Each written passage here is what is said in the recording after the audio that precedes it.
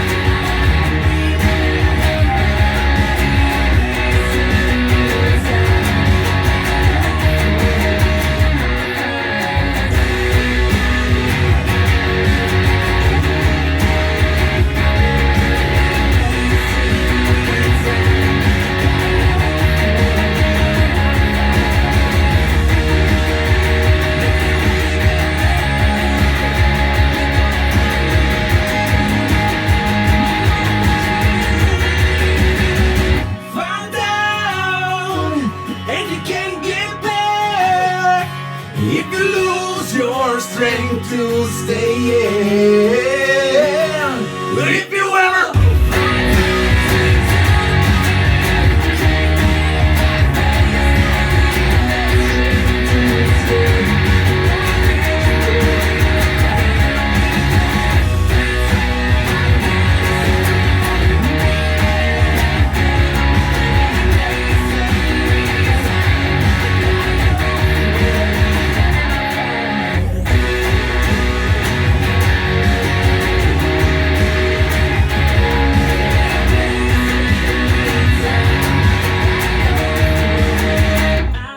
kuna tol talvel sadas lund üsna palju, siis aeg-ajalt ajasin ikkagi oma paneelid tühjaks, seda mitte igapäevaselt, sellepärast et kui on päiksene ilm, siis sellisest lumekihist läbi tuleb ikkagi üsna korralikult vatte.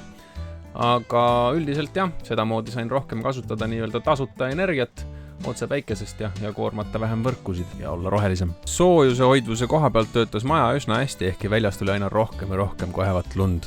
Tubli meeter lund hakkab täis, muud moodi pole näha, aga vaatan siit poolt siis labidas, labidal siiamaani, ja see on mulle kubemeni. Ma ei tea, kas ma ühe käega peale saan, aga vaadake seda flappina. Võtan siit labida teie ja viskan sinna. Kuidas ta lendab? Okei, selle nurga alt oli nii hästi näha. Liiga väike täis oli ka. Suurematega parem. Aga nagu fluffy. So fluffy.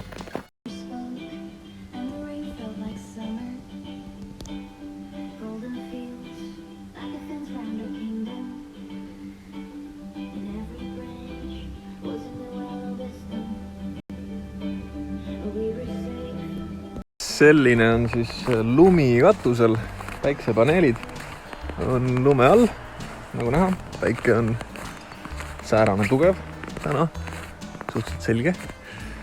Näen, et igal pool katusel on 30 senti ja peale lund.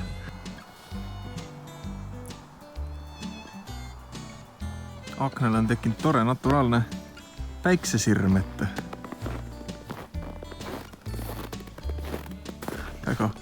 Väga huvitav moodustis. Hetkel seda videot vaadates näen, et seal oli päris palju päikelisi päevi veebruari kohta ja nii ma kodukontoris olles ja kodus olles nautisingi mõnusaid värskelt tehtud, kodus tehtud toite, muusikat ja ilusat ilma läbi suure akna. Kuna see aken on peaaegu enamus mu seinast, siis oli mõnus. Sellise pooliku väiksevalgusega, kuidas võtta, nagu see sealt taevast paistab niimoodi, võtta nagu on ja ei ole ka. Lülitasin tavaelektri täiesti välja ja kodukontor huugab selle samuse, nagu kuulda on, inverteri pealt. Kõlarid veits surisevad siin muidugi tänu sellele. Aga selle asja andmetel püsivad akud floati peale, ehk siis hoiab neid täis. Ja ilmselt kui vähegi valgust on ja natukene päikest siis niimoodi siit läbi kumab, siis saab elada päikeseenergia peal päevasel ajal. Ja võib-olla isegi saab väiksema radika sisse panna. Ja siis nii-öelda õhksoojuspump, see suur kobakas ei peakski tootma. Siin on sealt 740 või 750 750-se režiimi peale. Seega see inverter laseb tal soojustada ja võib-olla ei lähegi enam elektrit absoluutselt raha eest. Kena nullkuluga elada ju. Ja võib-olla on küll ainult mõned päevad veel neid soojasid ilmasid, aga praegu tundub tõesti, et kevad tuli rauh. Siin põhjaküljes maja on niiske, aga muidu on nii palju lund juba ära sulanud. Ja nagu seal, kus on vähem lumi, seal on juba ju väljas. Ma ei tea, nagu need, kes muidugi Tallinnas elavad, teil on teine teema selle asjaga, aga siin on mätas väljas, 3 nädalat sukust ilma veel, siis on kuiv ka juba.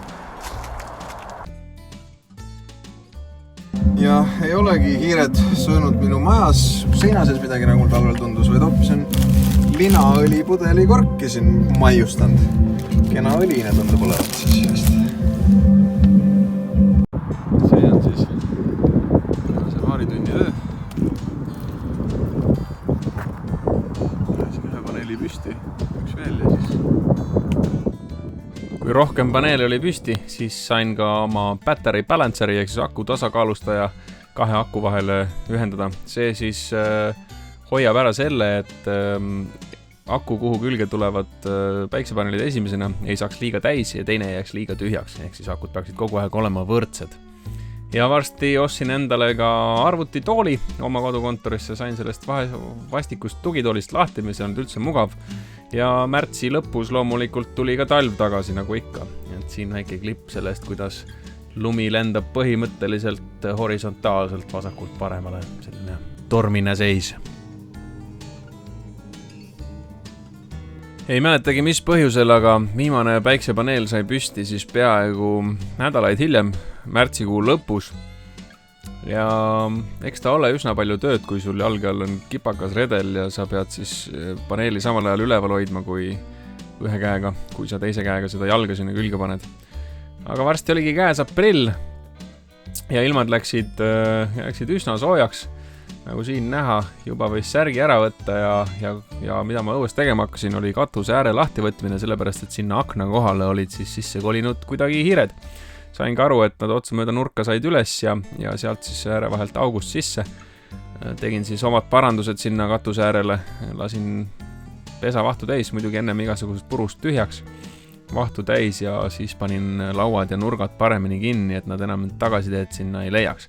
No oli muidugi selles, et õhtul läksin magama ja hiired olid kolinud maja teise nurka, hoopis teise äärde, mitte ei läinud välja. Varakevadega alati hakkan midagi ka grillile viskama ja sööma grilli pealt. Päiksed loojangud läksid jälle läände ja oligi aprilliga kõik. Järgmises osas ronin kõikuva puu otsa, meisterdan kõiksugu projektide kallal, söön särge ja joon õlut ning räägin teiega ja võitlen vapsikutega.